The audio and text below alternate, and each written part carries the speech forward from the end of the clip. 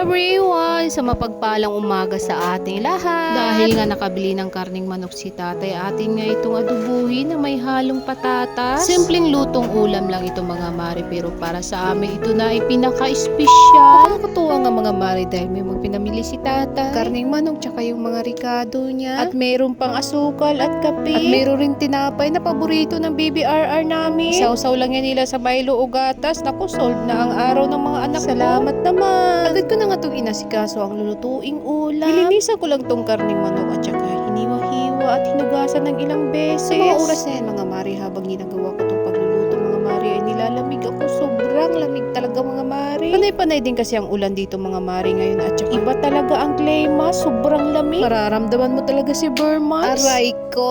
Lalo na sa gabi mga mari, pakiramdam ko mapoprozen talaga ako sa lamig. Hindi na nga kami gumagamit ng electric pan sa gabi mga mari. Kung gagamit pa kami ng electric pan mga mari, nako, iwan ko na lang kung makakatayo pa ako pagka umaga. At balik na nga tayo sa aking niluluto. Na mahugasan ko ang karning manok mga mari, ay agad ko na nga rin ito hinugasan ng mga patatas. At pagkatapos yan ay binalatan ko na nga. Hinugasan ko tong muli at saka hiniwa-hiwa. Hiniwa-hiwa ko lang ito mga mari ng pahaba kasi yung paborito ito ni Baby Jacob. Gustong gusto niya ito hinahawakan habang kinakain niya. Pagkatapos kong mahiwa ang mga patatas mga mari, ay nag-slice na rin ako ng sibuyas tsaka bawang. At pagkatapos yan ay hinugasan ko na yung ceiling green. Agad ko na nga sinalang ang kawali mga mari at nagpainit ng mantika. Nang uminit na ang mantika mga mari, ay pinirito ko na itong patatas. Nang mamula-mula na ang patatas mga mari, ay akin na nga itong hinango at saka tinabi. Agad ko na nga itong sinunod isa ang bawang mga mari, at nang mamula-mula na ang bawang ay sinunod ko na ang sibuyas. Nang mamula-mula na ang sibuyas mga mari, ay sinunod ko na itong karning manok. At saka hinayaan hanggang sa mamula-mula.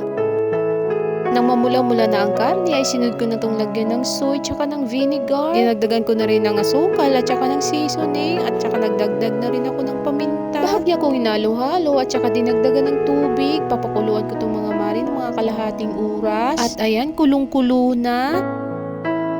At finally mga mari, kalahating oras na rin nakalilipas. Agad ko na nga itong binuksan at saka hinalo-halo. Agad ko na nga nilagay ang pritong patatas. At saka isinunod ko na rin ilagay ang ceiling green. At saka nilagyan ko na rin ito ng dinurog na tasty bread mga mari, para medyo siya maglapot. Naubusan kasi kami ng cornstarch dito sa bahay. Naalala ko pa dati mga mari, kapag nagluluto yung nanay ko ng adobo mga mari, kung wala kaming cornstarch, tinapay yung nilalagay niya. At sarap mga mari, ang lapot. At balik na nga po tayo sa pagluluto. Nang may lagay ko nga itong dinurog na tinapay mga mari, ay hinalo-halo ko lang hanggang sa lumapot. Pagkatapos yan, pakukuluan ko ng ilang minuto. At ayan na nga mga mari, luto na. Sobrang sarap mga mari. Kaagad ko na nga itong sinandukan ng mga pagkain ng mga anak. Tuwang-tuwa nga itong mga anak ko habang binibigyan ko isa-isa sila ng mga pagkain nila. Dahil nga daw masarap yung ulam. Salamat Lord. At natutuwa nga ako sa mga anak ko bago kumain. Hindi talaga nila nalilimutan manalangin. Kahit si Baby Jacob, marunong na rin manalangin at niya. Nakakatuwa nga itong Baby Jacob namin. Paborito niya talaga yung patatas. Nakakalungkot nga lang at kulang nga to sa timbang si Baby Jacob. Yung maliit pa siya, nadeklara to siyang malnourished. At nagpapasalamat din talaga ako sa Panginoon kasi tumaas na rin yung kanyang timbang. At yun lang po, hanggang sa muli. Thank you for watching. God bless.